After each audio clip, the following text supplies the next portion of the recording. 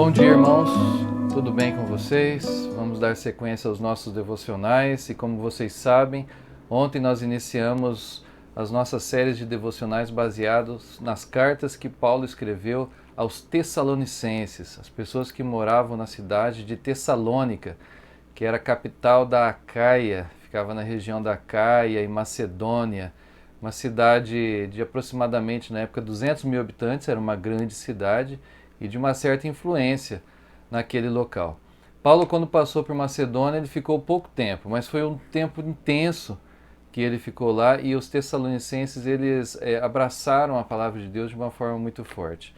E quando Paulo escreveu essa carta, a preocupação dele era saber como que os tessalonicenses estavam. E ele então diz que mandou Timóteo para lá, porque Paulo, por alguma razão, não pôde ir até Tessalônica, algo o impedia de estar lá. E Timóteo volta então falando de toda a repercussão da fé e do crescimento dos irmãos, dos cristãos lá da cidade de Tessalônica. E nós tivemos uma pequena introdução, né, como eu falei, junto com o Márcio, e hoje nós vamos dar sequência então, que é o capítulo 1 de 1 Tessalonicenses, a partir do versículo 7 até o final deste capítulo. E diz assim, Paulo então falando aos Tessalonicenses: porque a partir de vocês a palavra do Senhor repercutiu não só na Macedônia e na Acaia, mas a fé que vocês têm em Deus repercutiu em todos os lugares, a ponto de não termos necessidade de dizer mais nada a respeito disso.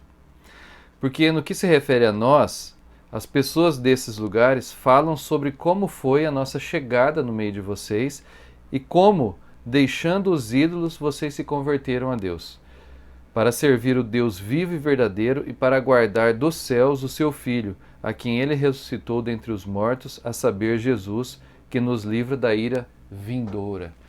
Então aqui Paulo está falando sobre a fama dos tessalonicenses em relação a toda aquela região. E não era só um lugar limitado, era toda a região da Macedônia e a região da Acaia. Era como se fosse dois estados, duas províncias. Era uma região grande. Então os tessalonicenses se tornaram modelo para todos os crentes daquela região. E quando a gente fala em crente, nós estamos falando da religião evangélica ou religião crente. Estamos falando das pessoas que creram que Jesus Cristo era o Filho de Deus. São essas as pessoas. E uma coisa que eu acho muito salutar aqui a gente dizer é que existia um motivo dessa repercussão da fé dos tessalonicenses. A fé, meus queridos, ela repercute, ela causa um impacto não por aquilo que você crê na teoria, mas por aquilo que impacta na sua vida, por aquilo que a sua vida reflete na vida das outras pessoas, na vida da sua comunidade. A transformação, o caráter, o comportamento, a atitude, a esperança, a confiança, uma nova visão de vida. Então era isso que estava impactando a vida das pessoas. Não era um conhecimento teológico a respeito de Jesus, de Deus, mas era a transformação que essas pessoas tiveram e que isso impactou outras vidas.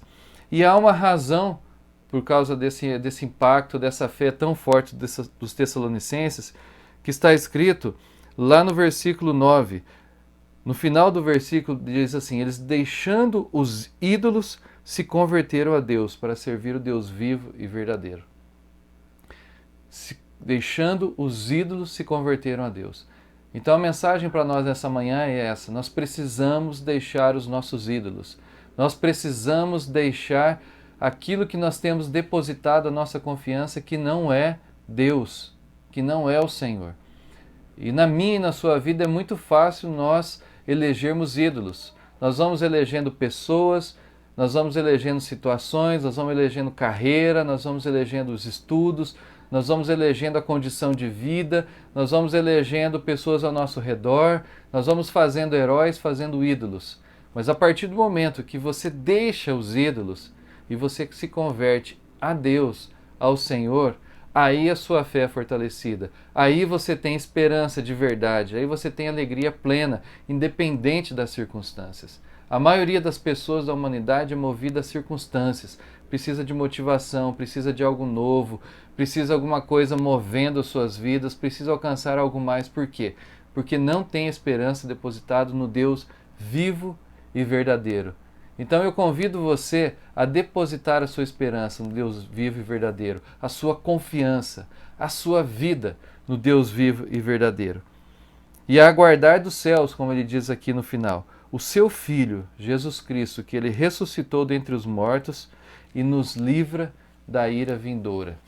Se há uma esperança que nós podemos ter, é a esperança da volta de Cristo, onde ele vai mudar daí sim toda a situação que nós vivemos. Mas por hoje, eu e você somos chamados a nos converter ao Deus vivo e verdadeiro.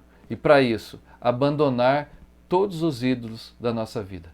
Quem hoje é um ídolo na sua vida? Quem você depositou confiança?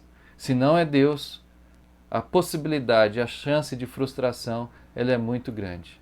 Mas em Deus, nós sabemos o futuro que nos espera em Cristo Jesus. Vamos orar? Senhor, agradecemos pela Tua palavra, agradecemos por esse carinho de Paulo aos Tessalonicenses e pelo fato dele ressaltar o motivo da fé que impactou de uma forma tão grande uma região tão extensa. E que eu, Pai, e o meu irmão, meu amigo que me ouve nesse momento, nós possamos também, Senhor, abandonar os nossos ídolos, os ídolos que nós levantamos no nosso coração, e possamos converter o nosso coração ao Senhor.